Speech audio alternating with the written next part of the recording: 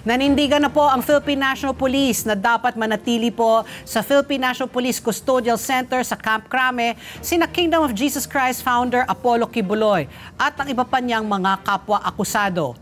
Sa kabila ito ng inilabas na utos ng Quezon City Regional Trial Court, Branch 106, na ilipat po si Kibuloy at si Crescente Canada sa New Quezon City Jail sa Bagong Silangan sa Quezon City. Pinalilipat rin po ng korte sina Jacqueline Roy, Ingrid Canada at Sylvia Semanyes sa Quezon City Jail Female Dormitory sa Camp Karingal. Nakadetini naman sa Davao City ang isa pang akusado na si Pauline Canada. At ayon po sa PNP, dapat manatili po sa Camp Crame sina Kibuloy, alinsunod naman po sa utos ng Pasig Regional Trial Court, Branch 159, kung saan nakasampa ang kasong qualified human trafficking laban sa kanila. At ayon po kay PNP spokesperson Police Colonel Jean Fajardo, magsusumite ang PNP Criminal Investigation and Detection Group ng legal na posisyon nito kaugnay sa patuloy na paghawak sa kustodiya ni Kibuloy.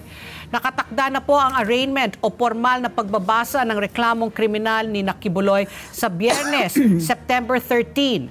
Noong Lunes, hiniling po ng abogado ni Kibuloy na si Attorney Israelito Torion na isailalim po na lang sa house arrest o kaya ilipat sa kustodiya po ng Armed Forces of the Philippines ang kanyang kliyente dahil sa mga issue sa kanyang seguridad at kalusugan. Wala umano'y tiwala si Kibuloy sa pulisya dahil na rin po sa naging takbo umano ng kanilang paghahanap sa kanya sa KOJC compound sa Davao City.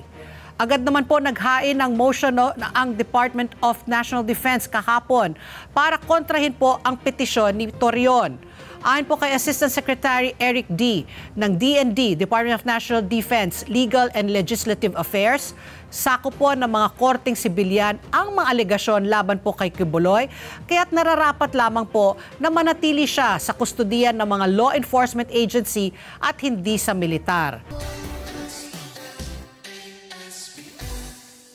Let's get together, Sunnet 25, Sunnet 25.